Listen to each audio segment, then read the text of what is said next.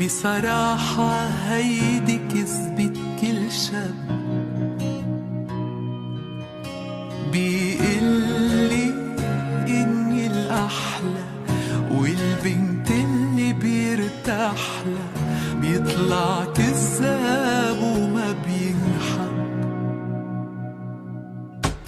لا